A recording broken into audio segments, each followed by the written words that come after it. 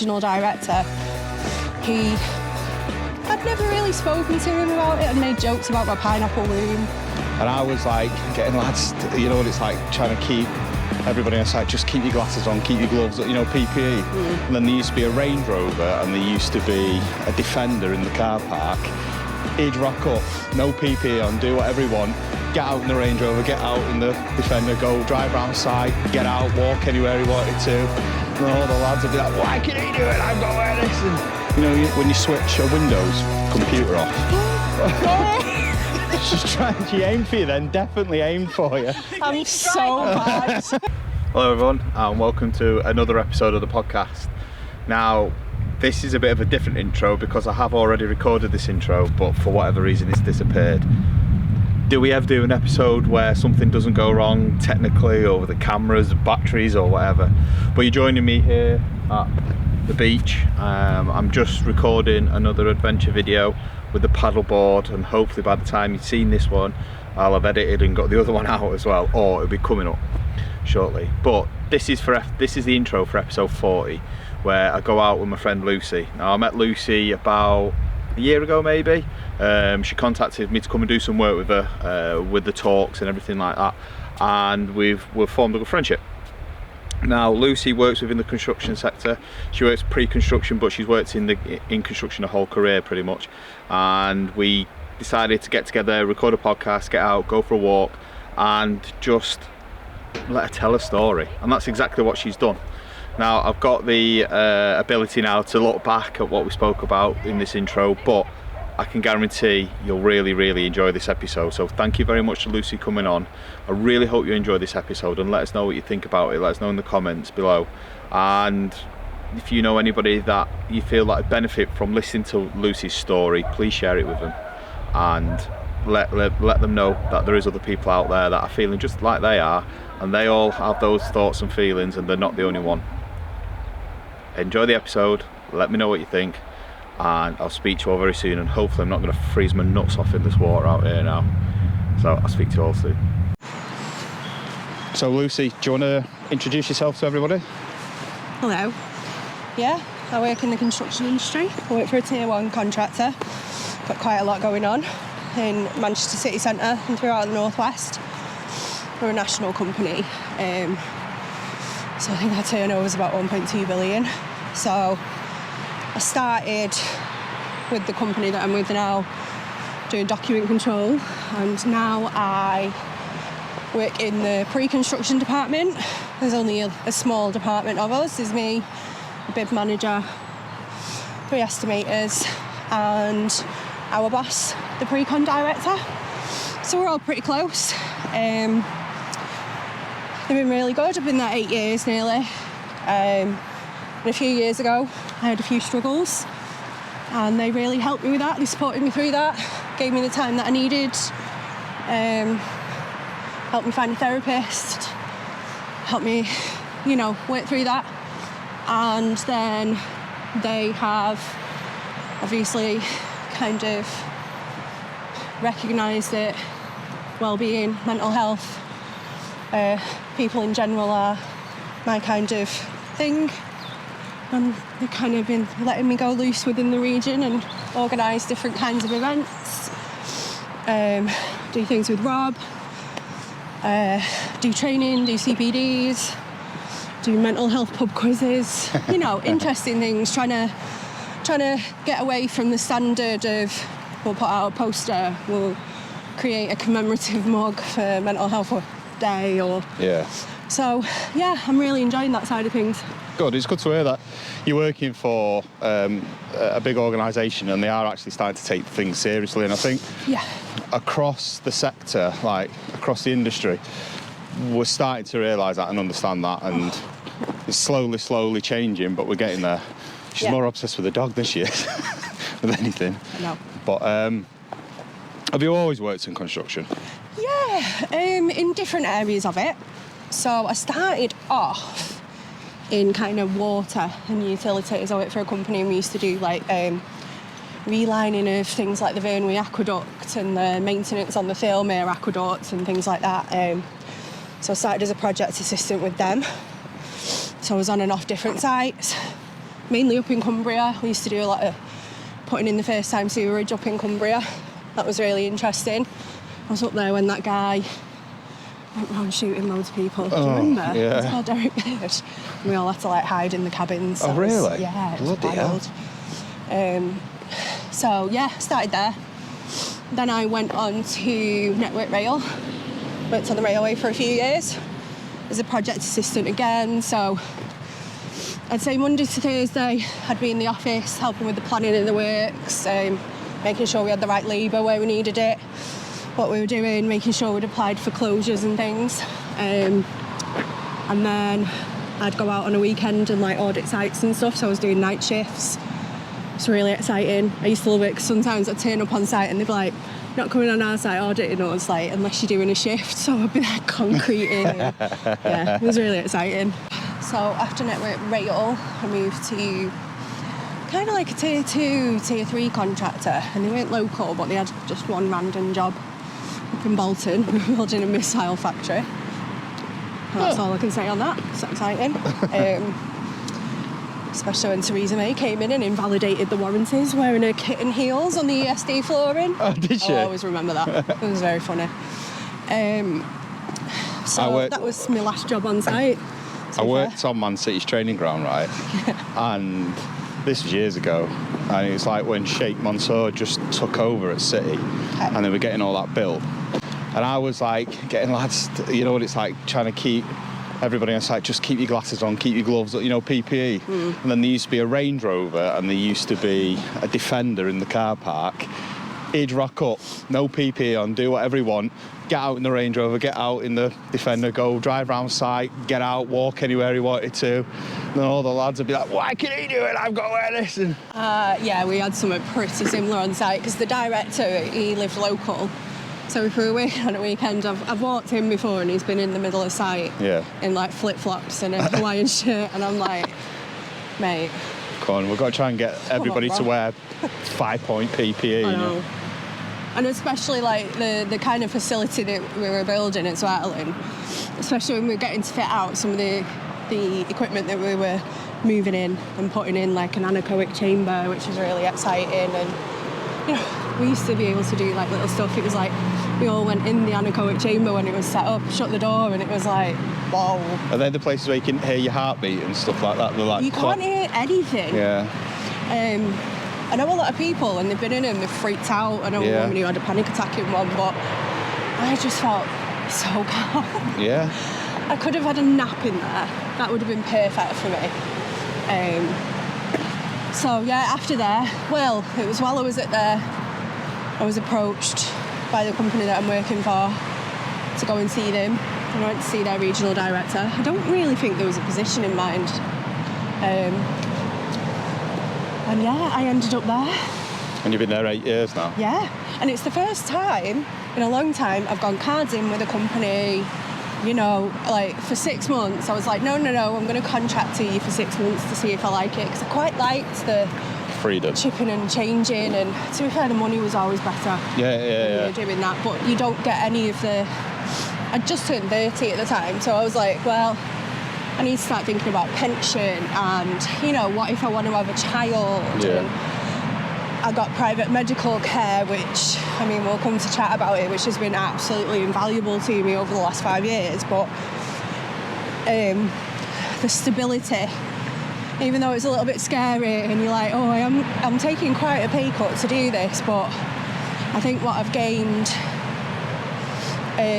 non-monetary value, like in my own growth and things that we can offer, has been. It's been really, really valuable to me, and they've always been great because I suppose I can be a bit of a character. I think I'm a bit Marmite. I wouldn't know what you mean. So I've always kind of spoken my mind. I've always been quite loud. But I think over the last 4 or 5 years, especially since I've had therapy, I've become a lot more measured. I'll come back in an hour. Oh, look at the face.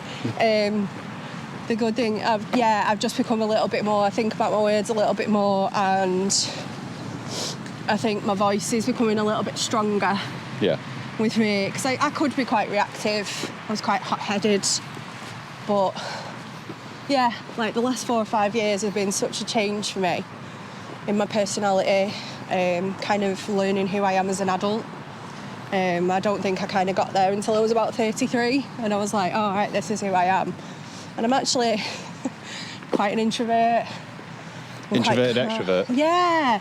I always thought I was like life and soul of the pie, and I had to be out, and I had to be doing this, and, you know, and I had to be centre of attention. And then you learn that was actually like a trauma response from my childhood, from not having a great childhood. And then learning to work through that, I've actually learned I love nothing more than just being at home on my sofa alone. Yeah. You're learning to be comfortable in your own skin. Yeah, hugely, because I think before that I was so desperate to. I think I grew up like through my 20s. I've always been very independent. I was raised by my grandparents pretty much from being 9. I lost my mum at 9. Oh, I didn't know that. Yeah. And it wasn't an illness, it was a sudden thing. She had a brain hemorrhage on her way to work, and so she was there in the morning, and then the evening, pretty much not. I mean, I have some very vague memories of that time. I don't remember a lot, but I was very young. I remember, because I think when they have like a brain hemorrhage, they have to do like tests, so I know she was alive for a few days before they said that there wasn't going to be any way for her to survive. So I remember going through and waiting while we donated her organs. I don't remember going home after it happened or anything like that. I vaguely remember the funeral, and my mum was quite a big lady, and all I could remember, I think I said to my godparents' daughter, I was like, how's my mum fit in that coffin? And when you think back on stuff like that, like the innocence of children, and yeah, that's all I could think about. I remember did that stick with you for a while, that comment that you made? I think it's more, as I've got older, people have told me about things that happened and things that I did around that time. I really don't remember a lot. Like, I have snippets, like I remember my dad shouting at a vicar who'd come round and said, oh, you know, it was her time, you know, God wanted her. And he's like, I mean, he had a fair point. He was like, what kind of God would take away a mother of a 9-year-old child? Oh gosh, sorry mate. She's got the biggest, daftest stick. She's got a tree.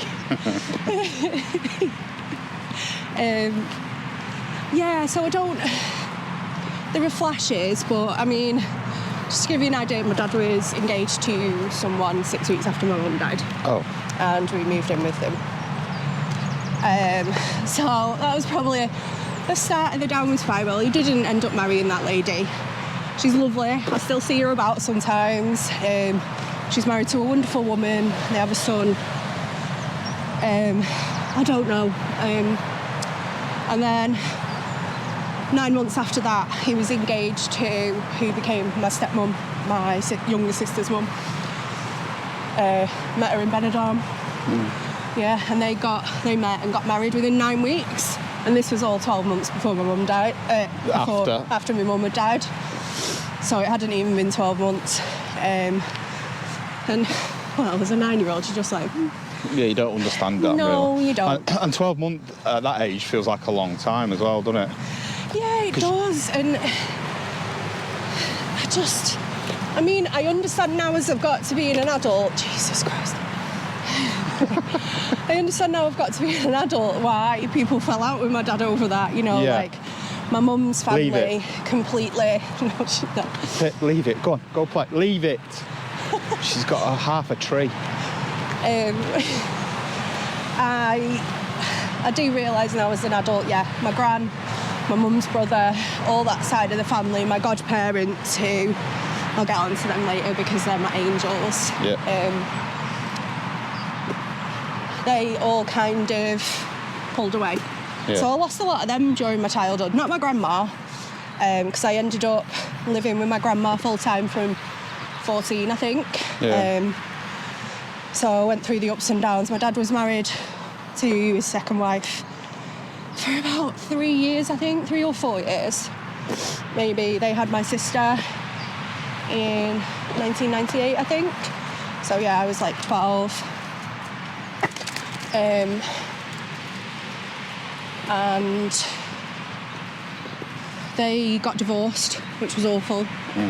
And then my dad met, well, he'd already met someone before he got divorced. And he'd used that almost as well. Like, he used to take me to meet this woman, like, on little clandestine meetings in the park and things, and it's not nice. So I was going home and seeing my stepmom. He did shitty things, like when they were getting divorced, put everything in my name so she couldn't get anything, and really shit stuff like that. So he then ended up with this woman who,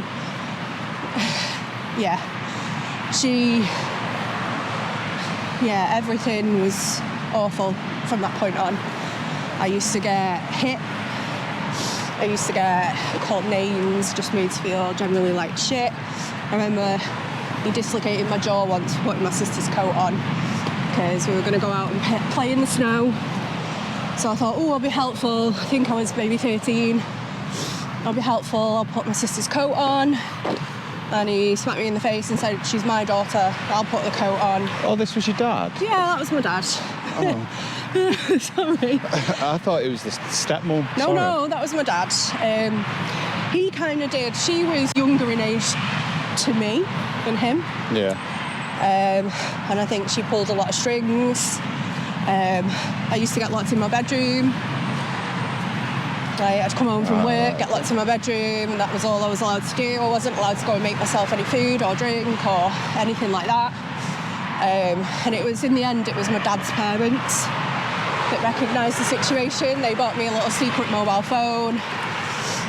We plotted and conspired, and in the end, they stepped in and took me out of the home. Yeah.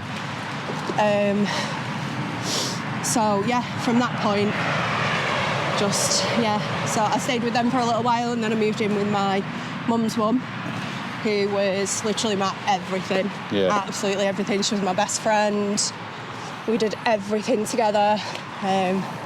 She gave me a skincare routine, all this kind of stuff, you know.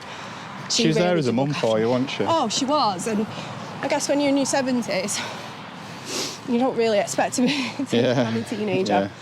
But, I mean, we had our ups and downs. But, yeah, I lived with her till I was about 20. Right. Yeah. So a lot had gone on in your life before you'd even got to 20 years old? Yeah. I seem dead positive about it and stuff, but most people are like, holy shit. Yeah. It had. It was a lot, and it took me... I did a little bit of therapy in my 20s.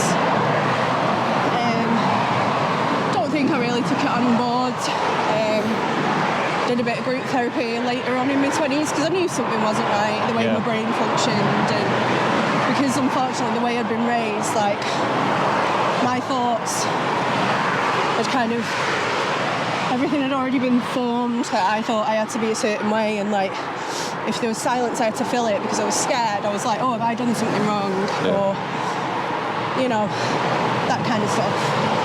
I can relate to that. You feel, you know, like when you're in a room of people and, I don't know, they get asked a question and nobody wants to answer that question, you feel like you need to answer that just to break that silence. Like, even in my adult life, like, just how I process things was different than, they'd say, anyone who'd probably not had to watch themselves and always look for the threat and the danger and, you know, adjust their behaviour to please someone else, which I think then in turn, and it took me till my 30s to recognise that was affecting how I looked at relationships, because I went through my 20s thinking, I need to have a boyfriend, I need to settle down, I need to get a house, I need to have a good job, I need to have a baby.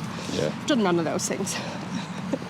And I think it was... Morning. Yeah, I'm not afraid to admit I was very needy. And I was very reactive. I'd always react to silence very badly, which... so I could be sat on the sofa with a partner, and if they're quiet, I'm like, What have I done? Yeah. Are you all right? What's to do?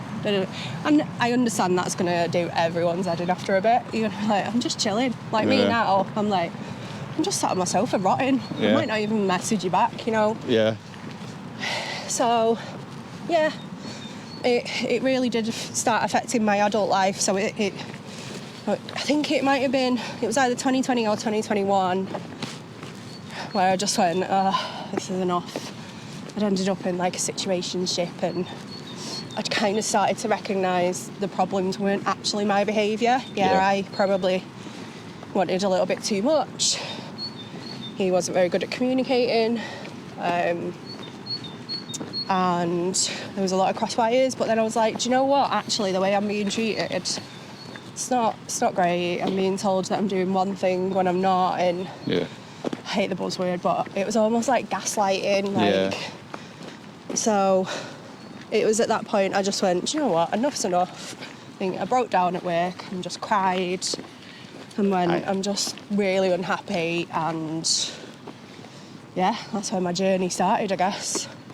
So is that when, like, is this like around the time when you were saying you were getting to 30 years old and you're thinking, right, I need to start to make these changes, and like a few years had gone past, and so 2020 you would have been like 34 maybe, something like that? 33 actually. Oh, sorry, 33, and Jesus. In my head, I am still 33 because we lost many years of our lives to COVID. And I have found out I've become quite a silly adult, so no one actually, when I say I'm 40 next year, everyone's like, what? And I'm like, I know, it's because I'm just silly. Well, like that. So I went to see a therapist, not far from where you live actually, to be fair. And it wasn't me. It wasn't you. She was a fearsome lady, but I needed that. I couldn't have had someone who was like, so whatever, this woman, what she did in 6 months, I will never ever forget. So I went a little bit through the NHS. They diagnosed me with PTSD incorrectly. Right. So I'm lucky that through work I get private healthcare. So I could go through our provider, which was really good, and it was almost instantaneous. Like, I had a therapist within a week. And she really worked for me. We did a bit of CBT, but the main thing we did was a thing called EMDR. Taking you back to... And it uses bilateral stimulation to process your memories. So what she was saying, I'm going to bodge this, something rotten. It was, she said, your memories are just sat where they shouldn't be. They've not been processed because you were a child. And it's almost like a filing cabinet, your brain. So what we needed to do with the bilateral stimulation was take those memories and then like file them at the back of the filing cabinet, and they're gone. And I was a bit like, what? I'm sat here tapping, I'm crying, and you had to like really delve into the memories, like pick one particular memory. Like, how did it make you feel? What were you feeling at that time? Is she going to be all right with that dog? And I think Stay close. Out of all the bad memories, we processed 3, and what it does, it almost sets off a domino effect. Do you want the lead? No, it should be all right. Let's just stay close. It sets off like a domino effect, and it just starts automatically then processing your memories. And after 3 sessions of that, I mean, they were hard. I was like, what? And like memories that, even if they sprung to my mind, would set me off crying immediately. I almost got home and I was testing, and I'm like, think about this, and I'd be like, nothing. So you wanted to let that emotion out? No, it was like almost testing, because I was a little bit like, I don't understand how tapping is helping me. But I think it's a system developed by a psychiatrist who was struggling when they got home to process everything that they'd heard in the day, because they're going to take on a lot, obviously. And it was just their way of processing it, and I was almost like, it's a bit mumbo jumbo, this. But I tested it, and it just things that used to bother me, and I started looking at him in a different light. Like, my dad wasn't a bad dad, he was just never meant to be one. He was just terrible. Like, so it was more like, and all the good memories, because I'd think, oh, well, maybe I did something, because, well, my mum was alive, my childhood was pretty idyllic, you know. We had a caravan on Anglesey that we used to go to most weekends, and I'd go horse riding, and we were always with my godparents and their kids, and it kind of put it into, those memories were good because of my mum. Yeah. And those other people, he wasn't part of that, really. So, it just started making everything just kind of... click and make sense. And then... Because I think your mind will go into a space where it'll protect you. Yeah. And I've gone through stages where things are happening and my mind will shut down. Because of morning, it goes into like a protective mode to protect me from... You go to what you know. Yeah, it is. And I think it's... And I find... So a good way of doing it, right? With work, when I used to run all the teams that I used to have, I used to be able to deal with the most argumentative, stubborn, horrible character on site. Not a problem at all. I'd be cool, calm and collective. But when things are happening in my personal life, I just couldn't do it. Yeah. I couldn't do it. And I don't know if it's because the two... Maybe I looked at things as one as my work way of doing things and one as my personal one, and I never wanted to react and be the person that I had to be sometimes at work in my personal life, if that makes sense. And I think, like, when I've done therapy, like, I'd say to I'd shut down in my mind. I'd take the piss when I was doing the therapy. Well, I wasn't taking the piss in the therapy, but I'd say that it's as if, when you switch a Windows computer off. She aimed for you then, definitely aimed for you. I'm so bad. Well, almost did, those people. That's definitely staying in the episode. Oh, gosh. But, I'd say that, the Windows noise that you get when you switch a Windows PC off. Like, like Windows XP back in the day. Yeah. It was the lovely fields. That's what my mind does, or did, sometimes. And I think that's... A lot of it does come from childhood, like you say, and the way you cope with situations as a kid. And maybe, I think doing that therapy that you did, it was all about trying to unlock those memories so you're not holding that constant weight all the time. Yeah, because what I was doing, because those memories were in the wrong lobe, whatever they call it. Yeah. They were factoring how I made decisions in my adult life. Yeah. Now they've gone, I'm very different. I make very different decisions. Like, I'd say I went through at least 6 years of sleeping with a lot of people because I needed some closeness and I needed to feel something. Yeah. And I thought the way to get people to like me and for me to get what I needed was to do that. And, well, I've now swung completely the opposite way. Yeah. And I'm just like, ugh. Yeah. Every time everyone's like, oh, why don't you try and get a boyfriend or something? I'm like, ugh, your brother, ugh. I just want someone to sit on my sofa and keep my feet warm. That's what you got the cats for? Yeah, pretty much. Yeah, she's a crazy cat lady. I have 2 cats, and apparently that makes me a crazy cat lady. And it means that every gift I ever get from anyone who doesn't really know me... Gets you a cat-orientated gift. Yeah. I've had charms, I've had scarves. I'm pretty cool, you know what I mean? Like, wearing a cool hat, wear cool clothes. So I'm like, when am I going to wear a scarf with a cat on it? You never know. I've had a cat handbag, cat earrings. I have about 27 cat mugs, cat tea towels, cat tea, coffee and sugar dispensers, anyway. And they're all the stuff that you bought for yourself and then you wonder why. But now you're focusing on you and putting you first. And I've done what some people, in the last 4 years, I've done what I think anyone who's probably not been through anything that's put them in a position of, feeling scared or being fearful of someone, they'd view it as quite selfish. I've cut out a lot of people in my life in the last 4 years. I've put boundaries down. Yeah. People didn't like the way that I communicated, because I always used to rise to people. I used to match their energy, and now I just don't. If you want to shout and scream and do whatever, that's up to you. Yeah. I'm not going to waste the energy. The energy I have right now is precious. It's mainly spent on my nephew and my friends and my family. I'm not going to waste it on someone who wants to hurt me or disagrees or whatever. I'm like, okay, I'll just walk away from the situation, and I have done that. And I've had the best 2 years of my life since I did that. Really?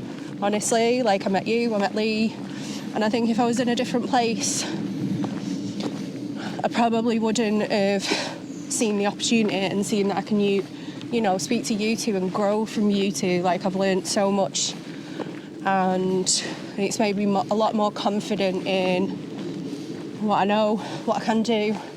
Because I would have thought, I can't really help Rob arrange a podcast, or I can't do these things on site.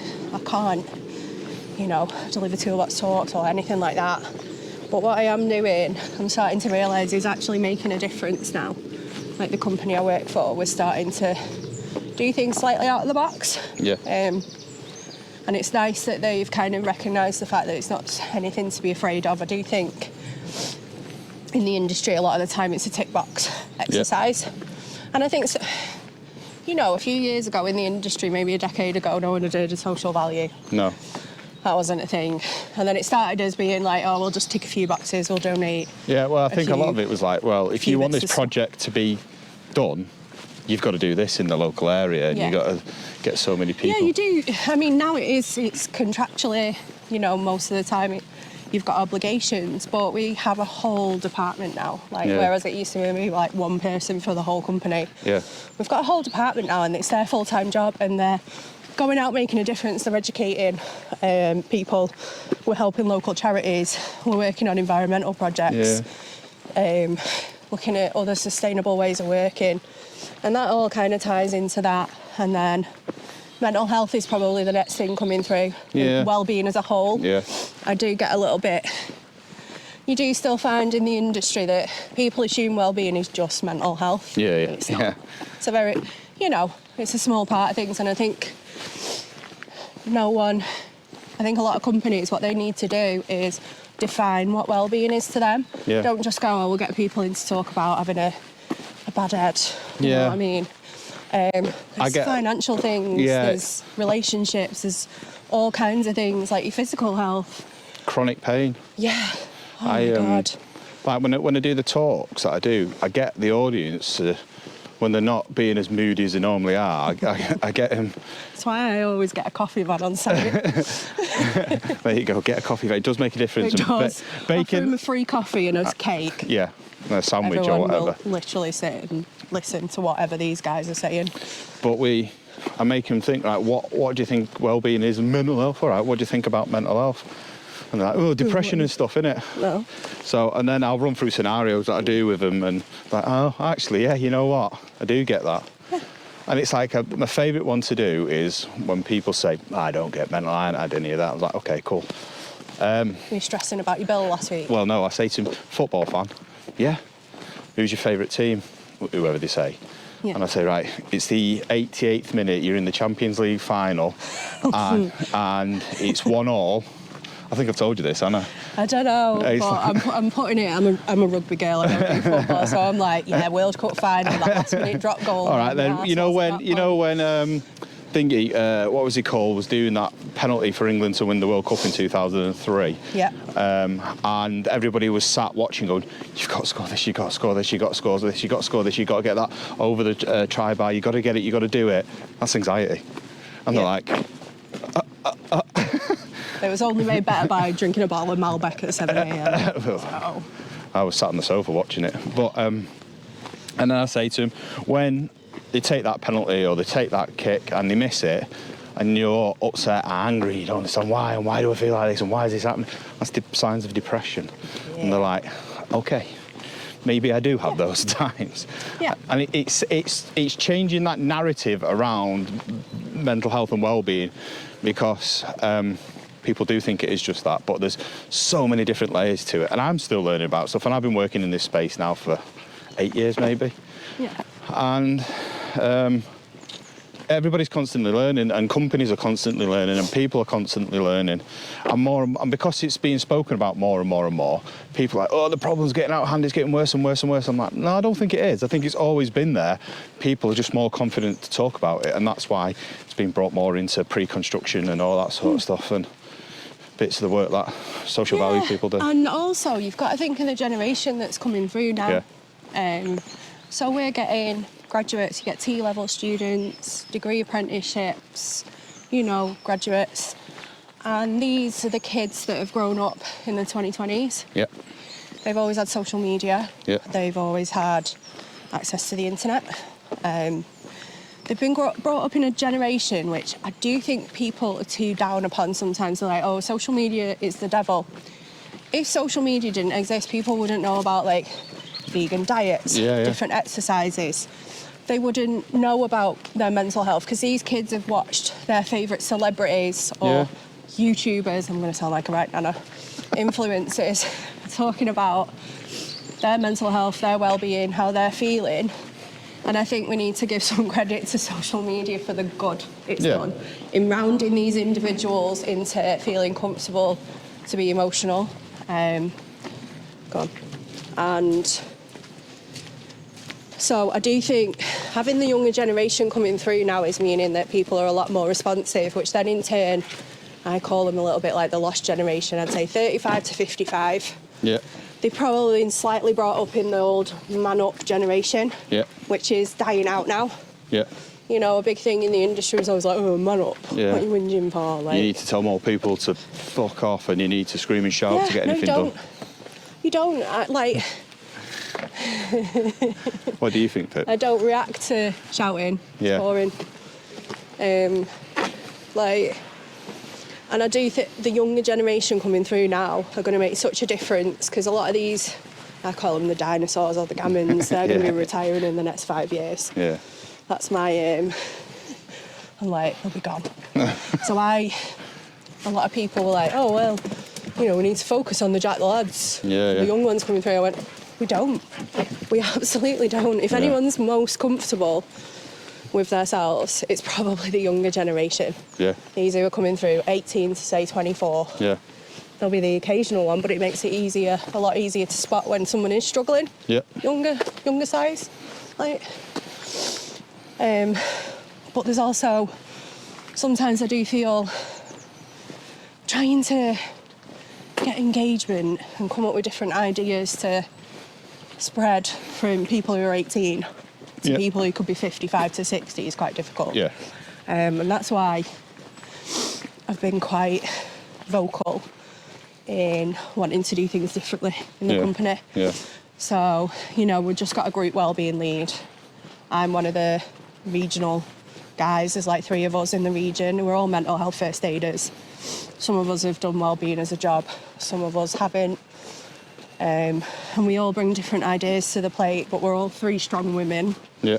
Which I do think there's the whole women in construction aspect, but I was actually going to ask you about that at some point. Women are a lot more empathetic. I do think one of the good things that I got from all the trauma was being able to spot someone's mood very, very quickly. Yeah. And go, something not quite right there. I had a situation recently with someone, a friend, colleague, and I spotted maybe in June. I was like, something's not quite right there. Yeah.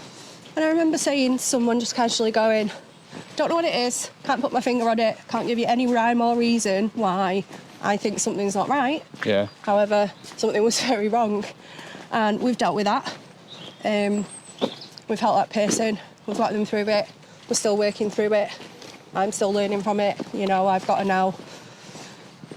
I look at this person differently, and I try not to. So it's been the last 6 months have been quite hard, work-wise and personal life, but I now have the tools, whereas before I'd have really reacted badly to it. I'd have cried, shouted, screamed, probably had a couple of months off work because I was just so like, whatever.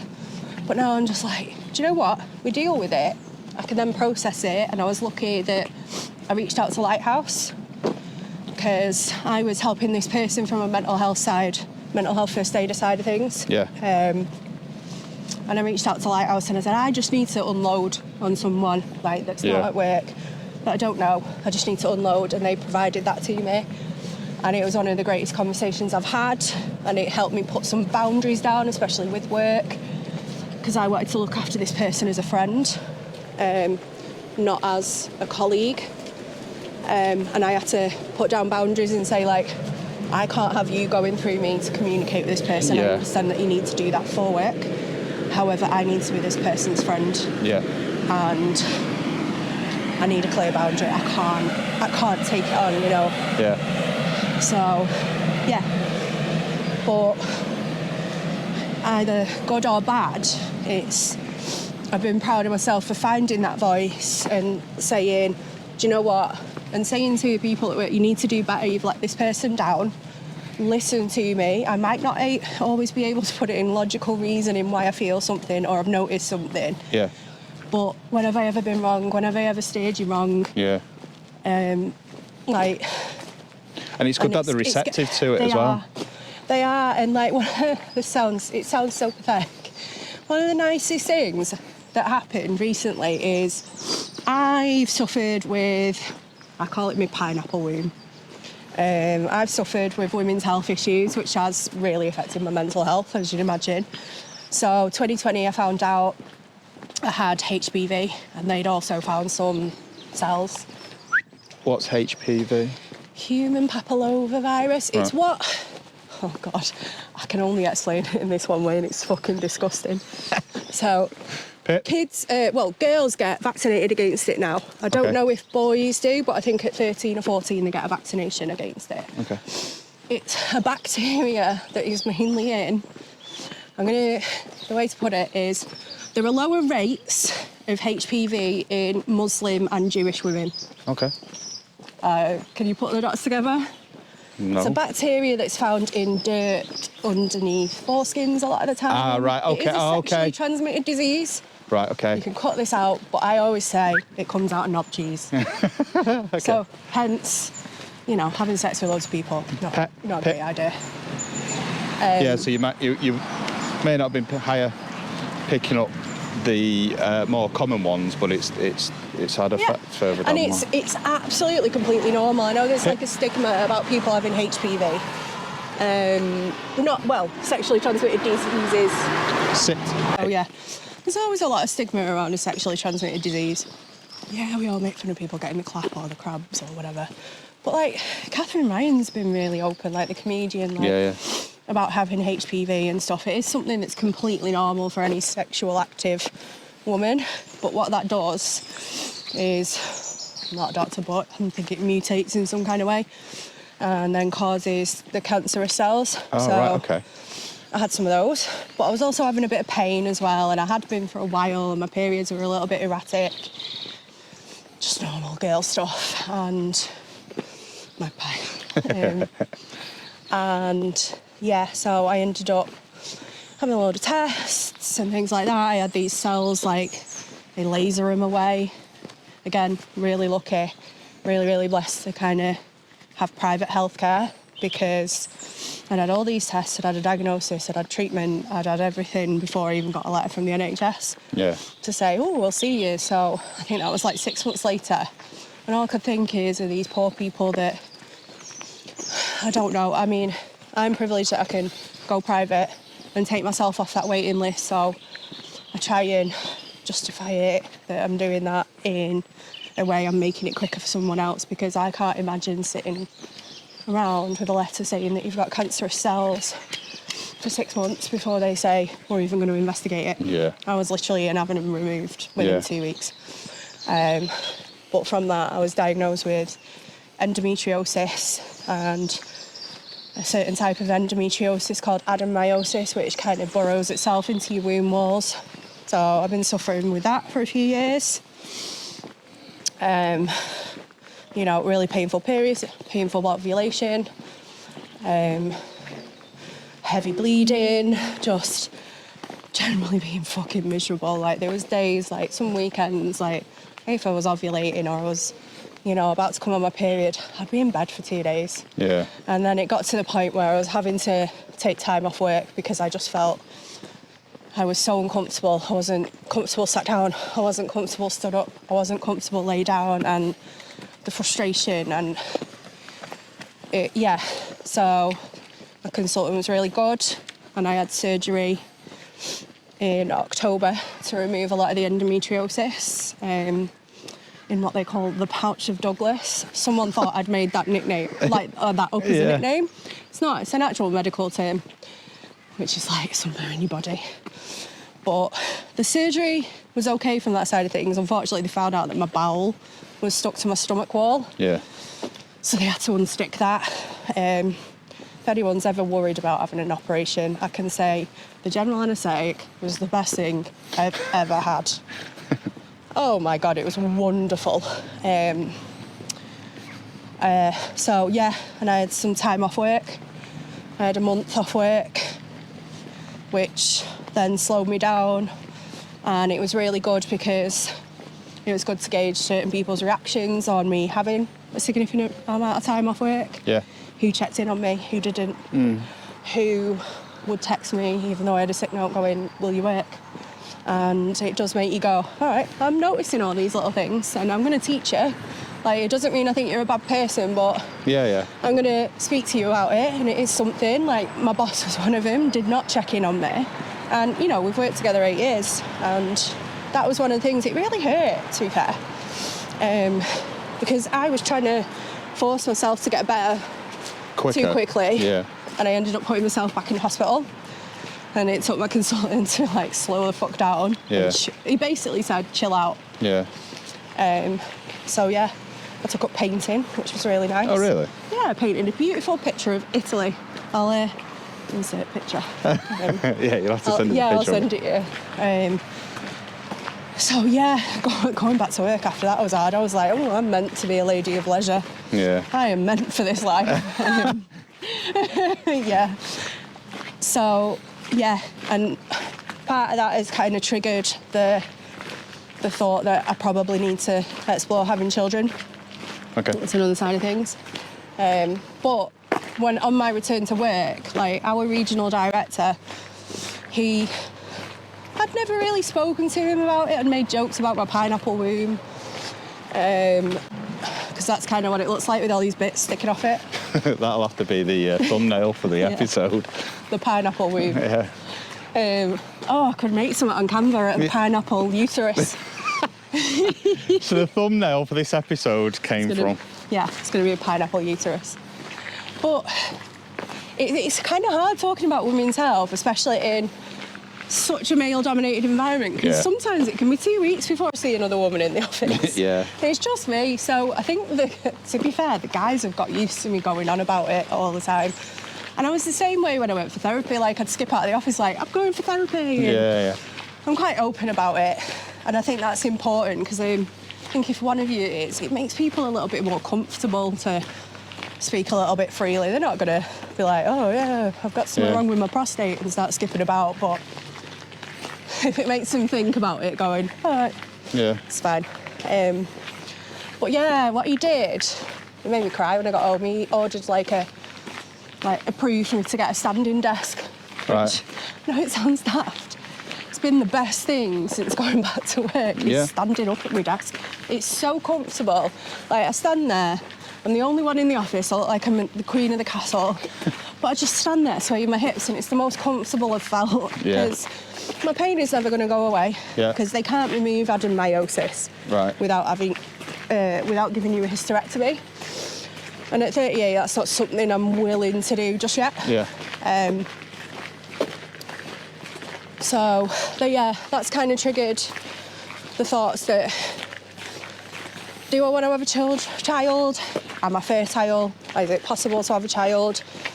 So since October, I've kind of been looking after myself a bit more. I've lost a lot of weight. I'm going to go for some fertility testing just to see if it's possible, and then potentially investigate the options I have to have a child. On your own? On my own. How are people taking to that? Do you know what? I had one guy come up to me in the office because I'm open about it. I've talked to my family about it. My lovely godmum went, "Can you not just go on Tinder for that?" And I'm like, "No, Valerie, no. You know, health testing and all that. You know. I had actually one guy, and he was a really young guy, under 30, come up to me and went, "Did I overhear that you're thinking about having a baby?" and things like that. And I was like, yeah. I said, "It's nothing set in stone yet." I said, "I might not even potentially be able to." Yeah. And he was like, "That's such a good thing." And he was like, "That's so brave. And I think it's brilliant what you're doing." I was like, "That's really cute." And my boss and another couple of people in work have been like, "Do you know what? Just put it all away." Like, yeah, absolutely. Why not? I just don't. You'll probably see a clip of it from the other podcast, but it's not that hate, man. I just can't be arsed. I'm just so peaceful and so happy at the minute. Well, you've done all that work on yourself, haven't you? Yeah, and I think I've probably pushed myself a little bit too far the other way. Yeah, go down. Maybe, don't I? But yeah, even if I think I met someone tomorrow who knocked on my door and was like, "Yeah, I'm your person," I think I'd probably still investigate this way as well. Because then you're not tied to someone. Yeah. You know, I've witnessed people going through really bad custody battles or, you know, even really struggling together. Yeah. And I'm like, well, people staying together just before a child. And I'm like, that's awful. And I don't think people should do that. You shouldn't put your life on hold just for your children. Yeah. I think you should be able to live who you are with a child. Like, there's no way my child's not getting away with listening to Snoop Dogg every day. You know, that kind of thing. So, yeah, it's very in its infancy. You know, I've started looking at donors, potential donors and stuff like that, but the costs associated with it are astronomical. It's not something we could ever cover on the healthcare, which is absolutely, I wouldn't expect them to. Yeah. Just give me decent maternity leave. But the cost so much, and it's not actually the cost of the treatment that made my eyes water. It was the cost of getting a donation. That was unbelievable. Oh, really? Unbelievable. So I would need, for a cycle of IVF, which would be like 3 rounds, dependent on what works or not. Yeah. When I was just casually pricing it up. Each donation I'd need 3 was 1,500 quid. Bloody hell. You wouldn't get that. Look, you're like, that's a money maker. Pip. Come on. But I get it. It's safe. Yeah. Everything's tested. You can make sure that these people, you know, you can look at the family history and stuff. But oh, really? Can you? Yeah, you look at so like medical history and stuff. Medical history, their family's medical history. You don't ever see a picture of them. Yeah. You know, it'll be like they've got olive skin, dark hair, green eyes. Because one of mine is like, I've got green eyes. Eye colour comes from the dad. And I'm like, it'd have to be someone with green eyes. So, yeah, there's just so much going on in my head. Yeah. Like, and it is something I'm looking at. But then on the other side of it, you start thinking, am I only doing that because I am then just generally thinking about my reproductive age? Yeah, you know, it's coming to close. Not that old yet. I know, but time's ticking though, isn't it? Tick-tock. Tick-tock. Yeah, that's always in the background. Because, like, I do think that reproductive health is very skewed towards the males. You know, I've heard of people, I was lucky that I just went straight to a consultant and went, look at me, I could do that. You know, you hear of people going through decades and decades of dealing with pain and infertility and, you know, just females, and everyone gets fobbed off for so long, and it makes me so sad. Like, IVF should be available on the NHS. It should be available to single women. Yeah. You know, it should... The opportunity to freeze my eggs when I was 25, that should have been available to me. Yeah. Because then it makes almost you have to be privileged to have a child. Yeah. And I don't know, I'm trying to think of the right way to word it. It just, you know, how rich you are doesn't affect how good a parent you're going to be.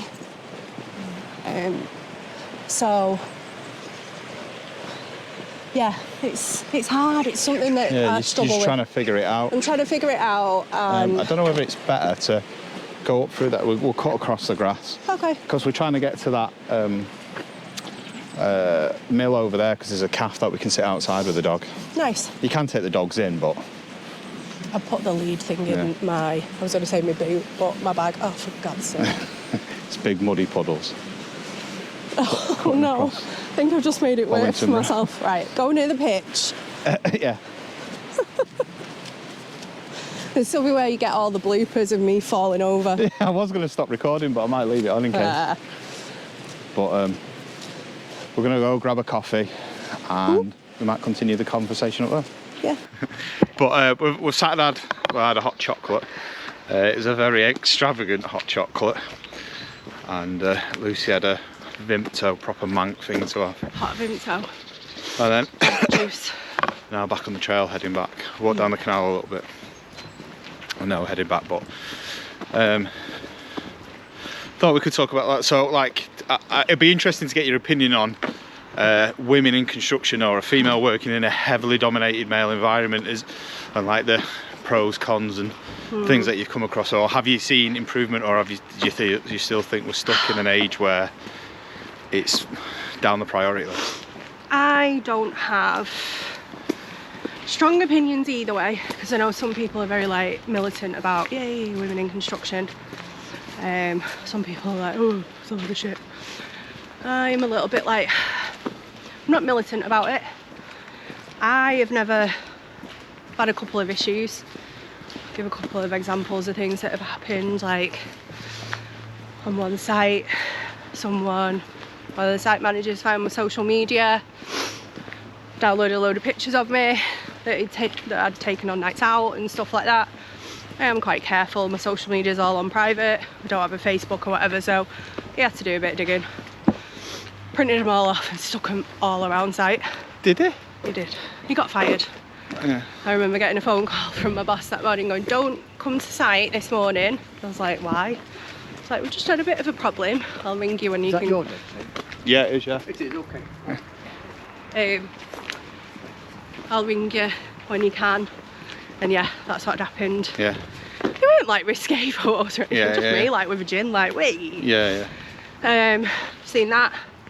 I've also seen women not be so kind to women. Yeah.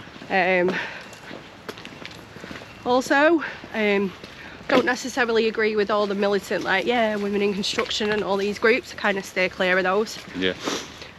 I don't think it's just an industry thing. No. I think every industry has the problems. Yeah, yeah. Women have been seen as second-class citizens for generations. I've never had a problem because I've always kind of put my head down and got on with my work. So why are you always...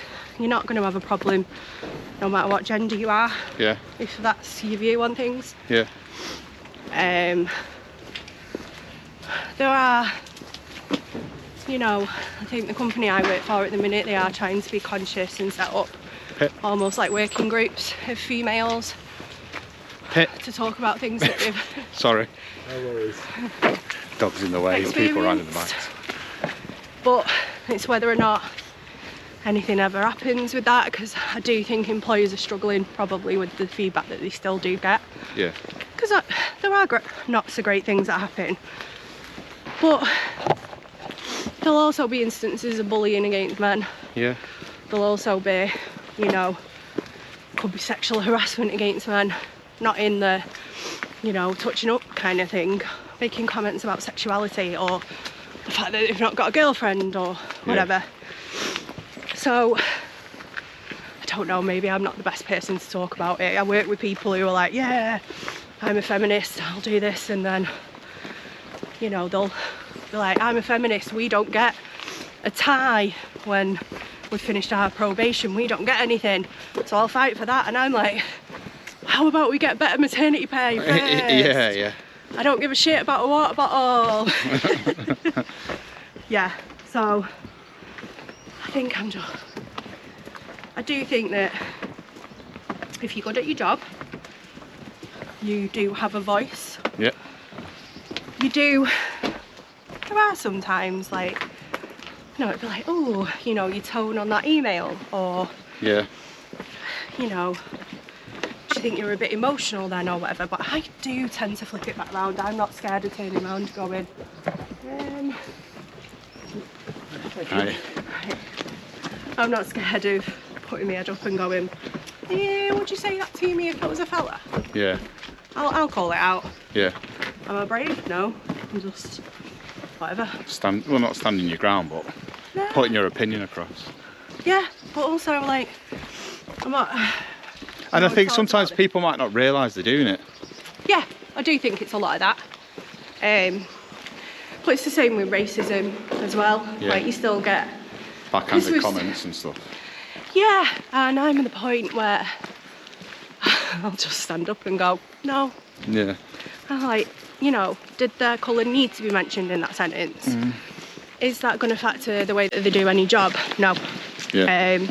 How about we talk about the skills or Yeah. things like that? So I'm not afraid of putting my head above the parapet a little bit on that. I'm pretty militant when it comes to racism. I probably wasn't. However, one of my closest friends is a black woman. She is the strongest, most beautiful person I've ever met. She's made such a difference in my life in the last 5 years. I met her because she did my eyebrows once, and now she can't get rid of me. And she has taught me so much about it. But things I didn't know, like as a rugby fan. And the songs that we used to sing and how they are so steeped in the history of slavery and these kind of things. And I was like, damn. Yeah. And I've learned so much from her. So every time I hear it or see it, I kind of end up in the position like, what if I see it as a personal attack on her? Yeah. So I will always go, nope. And there has been many a times when I've stood up from my desk in the office and gone, nah. Yeah. And I did have someone senior in the office going, I know about that person's like casual racism, and I'm never quite sure how to deal with it. And my view is loudly, just embarrass him. Because come on, it's 2025. Yeah. Who cares? Things are changing, people's views have changed, and there's still a lot of get out of that water, it stinks. And there's still a lot of changes that need to be happened. Yeah. On loads of fronts. There is, yeah. So I wish I could be that champion for people to look up to, like in the women in construction thing, but I've just kind of got on with it. And I think because I have, and I've shown people that I can be measured, and I can be good at things, and I've got certain skills, they've respected me because I've shown them that, not because I've walked in fresh-faced and gone, I'm a woman and I want this and this and this, which I do think a lot of people tend to do as well. Yeah. I'm probably not making myself sound very, supportive of the feminist movement, but I do think sometimes it isn't. But you're doing it in your way, aren't you? Yeah, the best example, I don't think, sometimes. And that's the thing, whether it is feminist stuff or even like going back to the mental health and well-being stuff that I do, there's loads of people now doing this work that's similar to what I do, and they've all got their own voice. And I could be stood in front of a crowd and say one thing, and another individual does very similar work to what I do will come up and say it similar thing that I said, but they'll say it in their own way, and one will resonate with some people and theirs will resonate with other people. Do you know what I mean? It's different ways of getting the same message across, and it's at different levels, and people don't always want to take on like loads to do with the mental health, but they might know and understand that they need to look at it and they maybe need to change things a little bit differently, but it doesn't mean that they're going to do it all day every day. No. And that's absolutely fine, and I think that can be pushed across the board with everything. I think awareness wise I've tried to do things a little bit differently within our region, like you do get the official posters and you get the official newsletters or whatever. But I'm a big fan of Canva. And I Hence the pineapple on the thumbnail for this episode. So I try and make things colourful, try and make things fun. Like when we were advertising you coming to site to do some filming, you know, a lot of people were like, are they going to know what a podcast is? And I was like, I pretty much think the whole generation knows what a podcast is now. So I tried to make it look a little bit like a DJ poster. Yeah. Like you were doing a back-to-back with someone and, you know, try and make things a little bit funkier. And I've tried to subtle ways of opening conversation, like day to day, like they'll see that I did a little hard hat thing coming up. And I had that on my desk all week. And I'd just shake it like a little tombola and be like, come on, let's see what comes out. Yeah. And it opened some really great conversations in the office, not necessarily related to the topic that came out on the card, but it was nice to sit back and see people and go, oh, it was like, I think one of the examples was like, what was your happiest moment in your life? Yeah. And Richard, bless him, I'm going to name him now. He was like, yeah, Burnley winning like some trophy at Turf Moor. And I'm like, what about your wedding? What about the birth of your first child? And he's like, oh no, like, and then it opened a conversation about men's view and how they felt during childbirth. And it seemed pretty much every man in the office was traumatised because, you know, there was a few emergency C-sections, there was forceps delivery, and they then opened up about talking about how they felt helpless, how they felt anxious, how they cried. And I was like, subtle, but I got you. And you know, I did a stupid poster. This was just one of my pretend ones, not one that I actually put out. Like, did you watch the raccoons when you were a kid? Yeah, I did. Yeah. Right. Cyril Snare and all that lot. Cyril Snare comes into this because I found the prostate.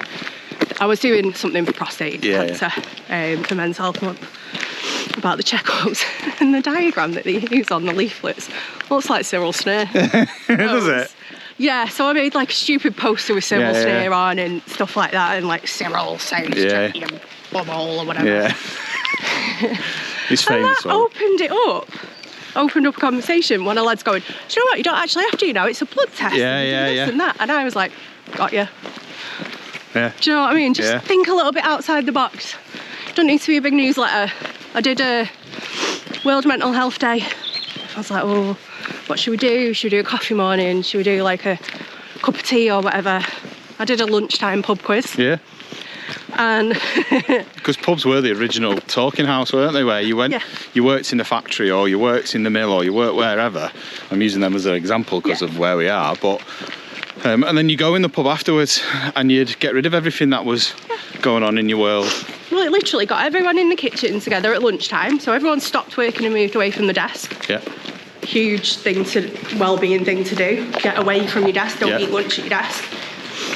And, you know, it created a bit of banter and a bit of ructions and a bit of disagreement, like, I should have got that point, and, you know, you didn't tell me because it was multiple choice. You didn't tell me that all the options could be the right answer. And, you know, I put questions in about celebrities that struggle with the mental health and different statistics and, like, how you couldn't be a politician, I think, until the 1980s if you'd struggled with your mental health. Oh, really? But then you look at Sir Winston Churchill, who struggled with clinical depression all his life. Yeah, he drank to cope with it, didn't he? Yeah. Well, that's what he said he did. So I tried to make it a little bit fun, a little bit different, and like gave a little prize out. Yeah.